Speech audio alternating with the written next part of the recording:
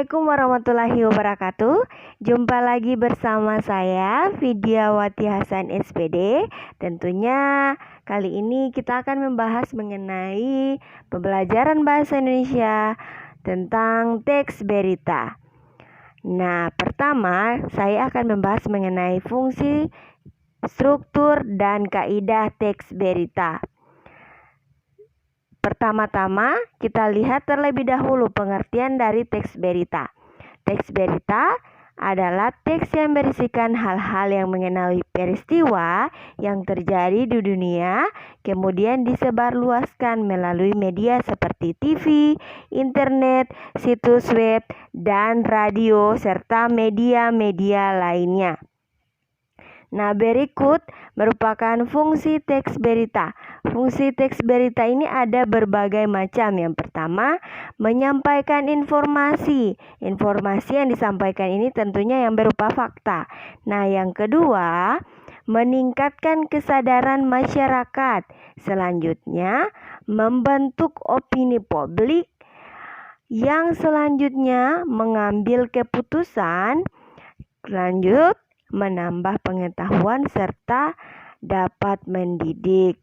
Nah, lanjut materinya mengenai struktur teks berita. Nah, di struktur teks berita ini berupa susunan mengenai cara teks tersebut dibangun. Yang pertama, orientasi berita. Nah, orientasi berita ini mengenai pembuka suatu peristiwa yang diberitakan. Biasanya terdapat penjelasan singkat mengenai berita tersebut. Yang kedua, peristiwa mengenai jalannya kejadian dari awal sampai akhir yang didasari pada peristiwa yang terjadi dan dijelaskan berdasarkan fakta dari lapangan.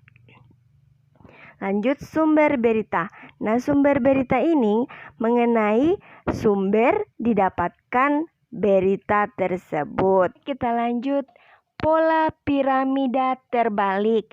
Nah, kita lihat ada kepala berita, tubuh berita, dan ekor berita. Nah, pola ini dapat menuntun wartawan agar pandai memilih dan memilah fakta atau unsur berita mana yang sekiranya paling menarik dan penting bagi pembaca. Nah, kita lanjut. Ada kaidah kebahasaan teks berita.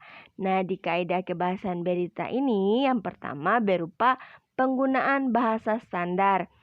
Bahasa standar yang lebih mudah dipahami oleh masyarakat umum. Lanjut, ada penggunaan kalimat langsung. Nah, penggunaan kalimat langsung ini ditandai dengan tanda petik ganda. Contohnya ada di bawah. Ini kalian bisa lihat. Kita lanjut.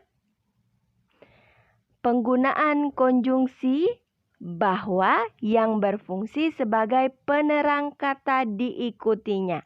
Dan contohnya kalian bisa lihat sendiri di bawah ini. Lebih lengkapnya kalian bisa cek-cek di bahan ajar dari akun atau media kalian dalam pembelajaran online, yaitu e-learning masing-masing.